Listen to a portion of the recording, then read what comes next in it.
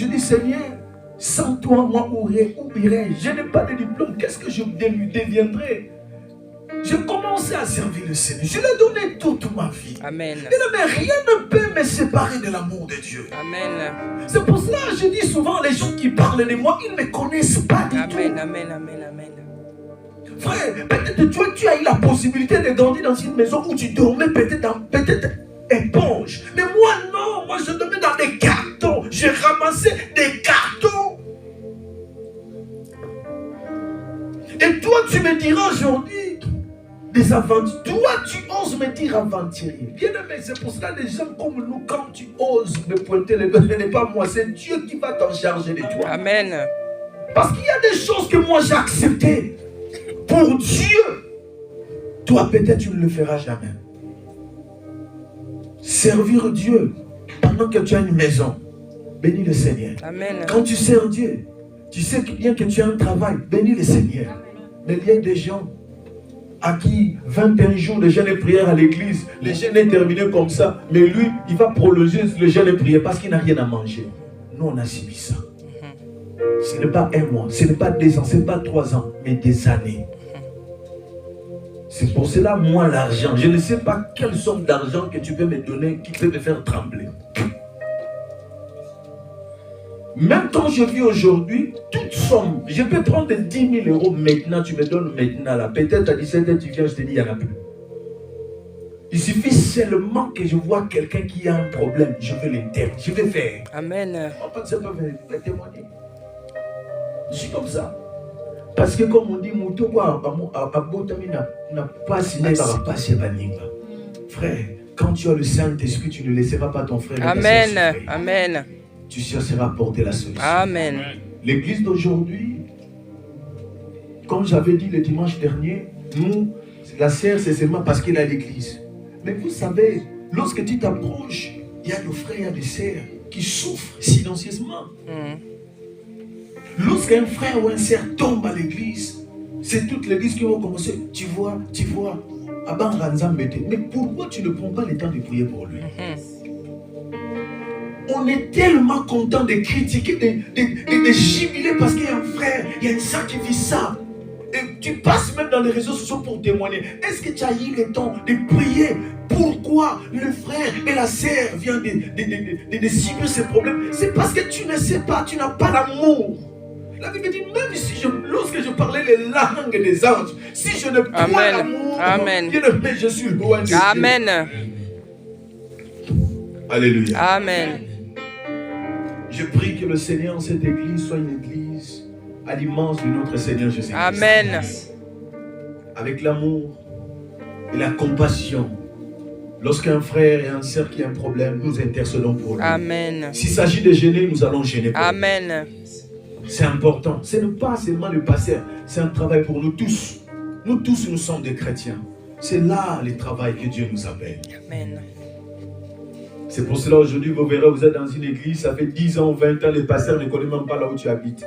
Mais tu es encore là. Non, un berger doit savoir là où ses brebis dorment. Vraiment. C'est important. On a des gens que tu ne peux pas amener dans ta maison. Là, il s'agit de tes frères et sœurs. Ils doivent savoir là où tu habites. C'est pas un péché.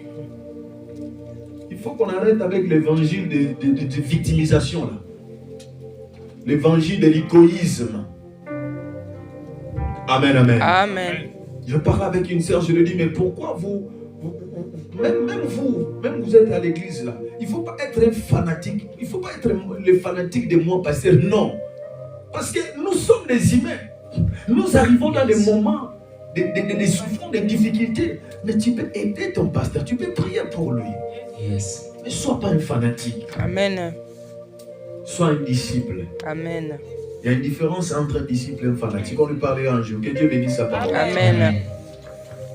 La Bible dit dans le verset 10, Exode chapitre 34, verset 10, on avait lu, l'Éternel dit, voici que j'ai conclu moi-même une alliance, je ferai en présence de tout ton peuple, de miracles, et tel qu'il n'y en a jamais eu sur toute la terre et dans toutes les nations, tout le peuple au sein duquel tu te trouves verra l'œuvre de l'Éternel. Cette œuvre redoublée que j'accomplirai avec toi. Prends garde à la. Vous voyez maintenant dans le verset 11, il dit, prends garde, c'est un avertissement, à ce que moi je t'ordonne aujourd'hui. Je chasserai devant toi les Amoréens, les Cananéens, les Hétiens, les Résiens et les Éviens et les Yébusiens. Garde-toi de conclure une alliance avec les habitants du pays où tu dois y entrer, de peur qu'ils ne deviennent un piège au milieu de toi. Que Dieu bénisse sa parole. Amen. Écoutez-moi. Il y a beaucoup de versets, vous allez lire ça à la maison.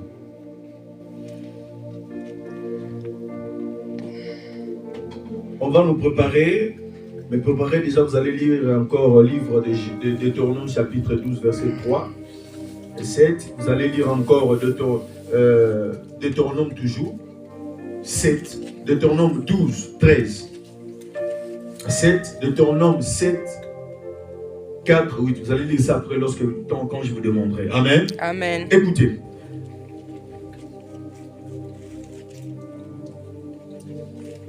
Éternel, ici c'est Dieu.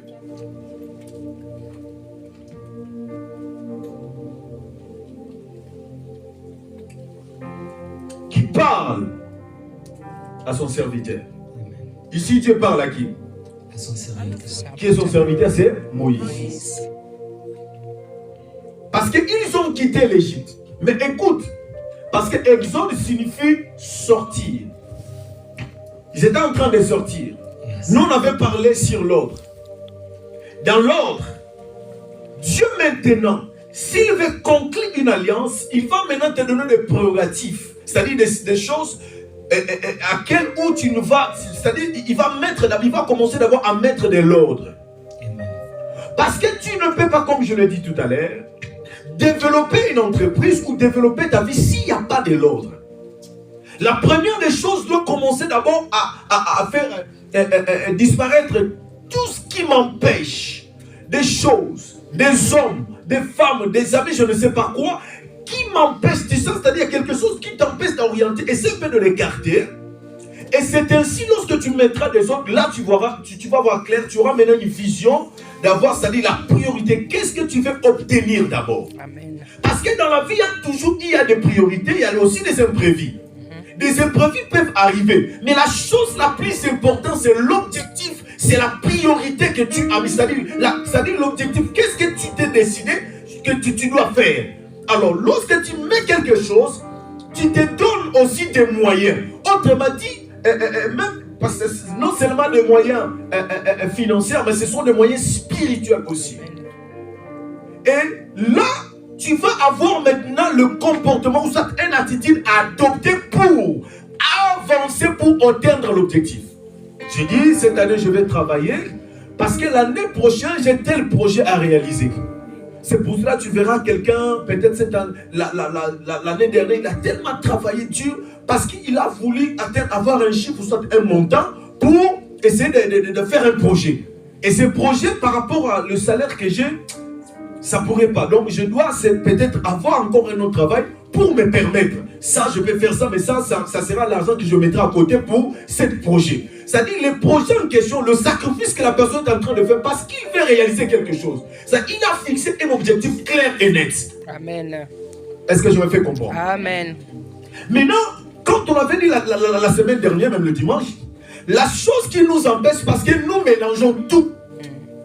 Pourquoi nous mélangeons tout? Parce que dans le mélange, il y a des désordres.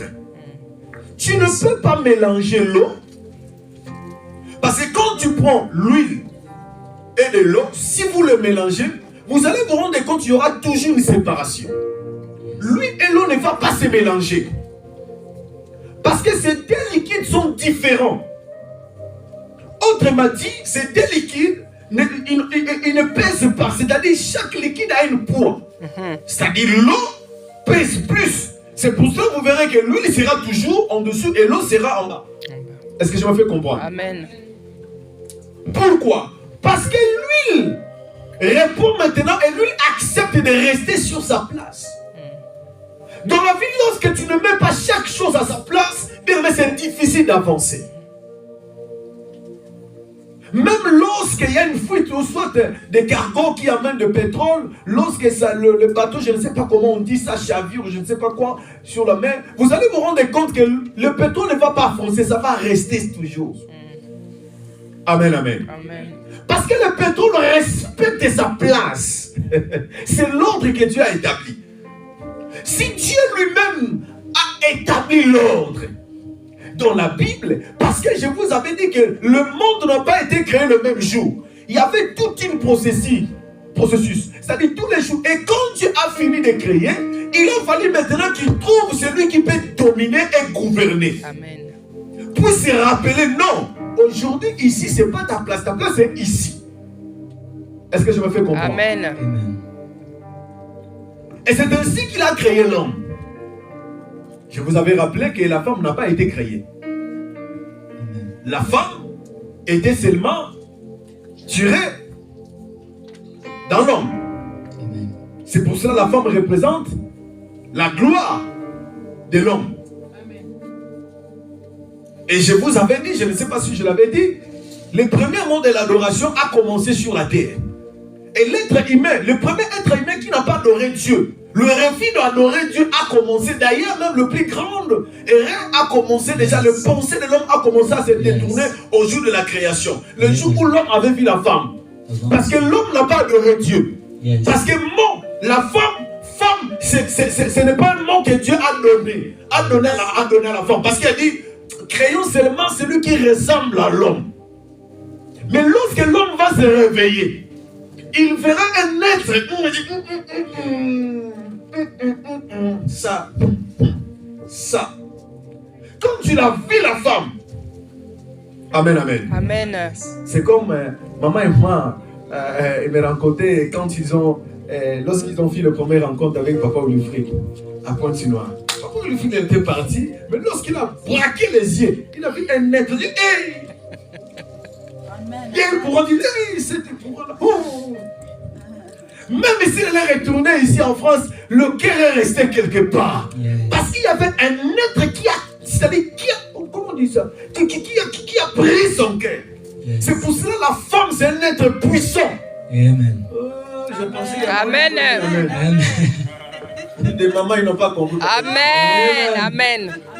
Lorsqu'une femme comprend ce qu'il est, sa vie, il peut changer même la destinée de son mari. Amen. Écoute, Amen. la Bible dit, celui qui trouve une femme vertueuse, ça trouve le bonheur. Autrement dit, l'homme, tout en étant ça, il est malheureux.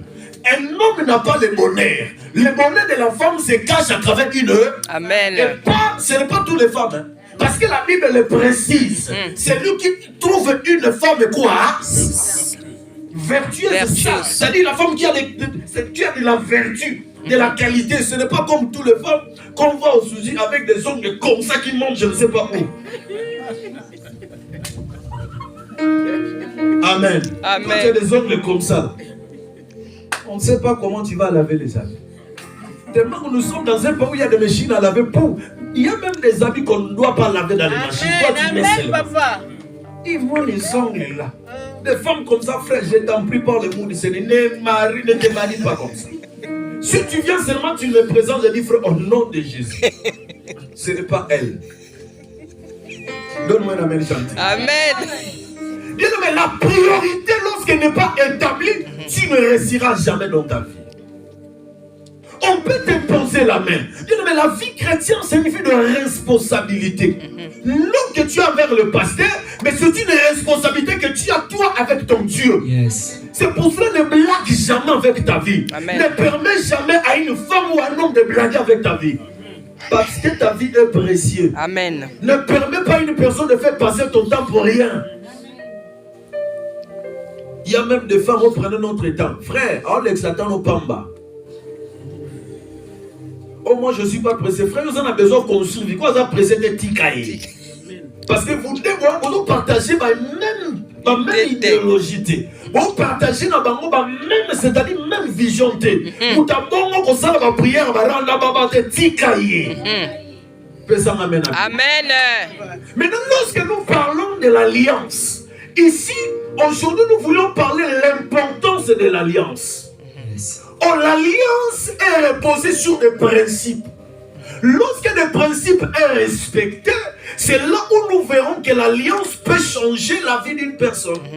Mais l'alliance peut aussi détruire la vie, même les nations, même une famille, l'alliance peut les détruire. Amen. Donne-moi un amen. Amen. Amen. Amen.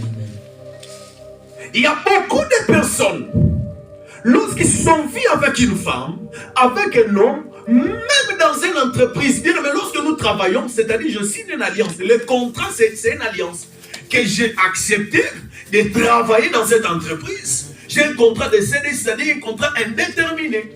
Mais pourquoi dans des clauses, aujourd'hui, on appelle le rupture conventionnelle? Pourquoi? Parce que d'une manière amiable, je me suis rendu compte qu'en travaillant avec vous, il y a des choses que vous ne respectez pas. Il y a des avantages que moi je pouvais bénéficier, je n'arrive pas à les bénéficier. Alors, pour ne pas que nous puissions nous retrouver devant des cours et tribunaux, asseyons-nous, parlons-nous, séparons-nous d'une manière calme. C'est-à-dire, vous décidez de briser une clause qui vous liait. Autrement dit, vous décidez de briser une alliance qui vous liait ensemble. Vous décidez que chacun fasse sa vie. Et regardez comment l'alliance, parce qu'il faut faire très attention. Il y a des alliances qu'on appelle les alliances éphémères. C'est-à-dire les alliances qui ne durent pas, qui peuvent se rompre en tout moment. Mais il y a des alliances qu'on appelle les alliances perpétuelles. C'est ça l'alliance que toi et moi on a aujourd'hui, parce que c'est une alliance qui durera éternellement. Amen. Parce qu'en réalité dans cette alliance, ce n'est pas nous qui sommes allés chercher cette alliance, mais c'est le créateur de l'univers qui a décidé de laisser le trône et de descendre pour baptiser avec nous. Amen. Amen. Amen. Est-ce que je parle à quelqu'un? Amen. Est-ce que je parle à quelqu'un? Amen. Et c'est cette alliance-là. Lorsque nous nous retrouvons dans une situation compliquée dans la vie, nous nous rappelons au maître de lui dire, tu m'avais dit dans cet accord, dans cette alliance, comme il dit à Moïse, il dit, mais garde-toi, il dit, moi le Seigneur, je décide de faire l'alliance avec toi, des choses que je ferai avec toi. Aucune nation de la terre je le fais. C'est-à-dire, Dieu est en train de dire, je suis en train de te dire, Moïse, ce qui t'arrivera, ce qui va se passer avec toi, aucune personne, mon côté, n'attira qu'au salaire. Amen. Mais, ça dit, quand on parle de même maintenant, il y a une condition. Il y a des règles, il y a des principes à suivre. Est-ce qu'on peut donner la main? Amen. Frère, même dans des relations, ici dans ce monde, mais s'il n'y a pas des exceptions, il ne faut pas t'engager. Amen. Amen. Amen. Amen. Amen. Frère, il n'y a rien pour rien sur cette monde. Ne te marie pas parce que vous avez diré avec la personne. Ne le fais pas. Ne la pose pas parce qu'il t'a supporté dans la vie. Ne le fais pas. Amen. Mais si tu veux l'épouser, tu dois te rassurer. Amen. Que dans votre clause, dans votre pacte, que celle-là, lorsqu'il y aura des difficultés, je sens qu'il est capable de me soutenir. Amen. Bien-aimé, à chaque fois que tu veux conclure quelque chose avec une personne, n'aie pas honte de lui dire la vérité. Amen. Dis-moi, qu'est-ce que tu attends de moi? Amen. La plupart de nos sœurs aujourd'hui sont victimes. En réalité, laisse-moi vous dire, maman, laisse-moi me dire, mes frères et sœurs, vous n'êtes pas les victimes. Au contraire, c'est vous qui en causez beaucoup de problèmes. Amen. Parce que nous nous victimisons. Ah non, il m'a fait. Il t'a fait quoi? Parce que tu étais aveugle ou tu étais sourd. Bien aimé, je ne pense pas qu'un homme, pour aimer une femme, il va te mettre un revolver sur ta tête. Aime-moi. Si tu ne veux pas venir te tuer. Non. Tu es assez mature pour comprendre. Là où tu es en train de partir, et tu es sûr que tu es en train de perdre ta vie pour rien. Parce que dans chaque relation, lorsqu'il y a des clauses, parce que le Seigneur a dit, écoute-moi Moïse, je te mets en garde. Si tu veux que ces choses-là que je fasse là pour toi, si tu veux que je te rende grand, si tu veux que je te bénisse, parce que j'ai une alliance sainte. La Bible dit, il est un Dieu jaloux. Parce qu'un homme qui se respecte, une femme qui se respecte, il ne souhaitera jamais de partager son homme ou sa femme avec qui que ce soit. Amen. Donne-moi un amen. Amen. Parce qu'il y a des choses qu'on peut partager, mais pas le trône. Yes. Une femme, c'est comme le trône. Amen. Tu peux prendre mon argent. Mais le jour où tu prendras mon trône, frère, je suis prêt, je vais te livrer au diable. Amen. Donne-moi un amen. Bien. Amen. Parce que celui qui touche à ta femme, touche déjà ta vie. Amen. On peut se parler, mais on ne mangera jamais avec toi. C'est un principe. Tu sais pourquoi le Seigneur a jeté, Dieu a jeté le diable sur la terre? Vous savez pourquoi? Parce qu'il voulait prendre le trône. On ne s'amuse pas avec le trône. C'est pour cela même dans le monde, aujourd'hui scientifique, politique, un chef, lorsque tu prends sa femme, il te tue. Bien sûr. Et tu vas le condamner. C'est un principe.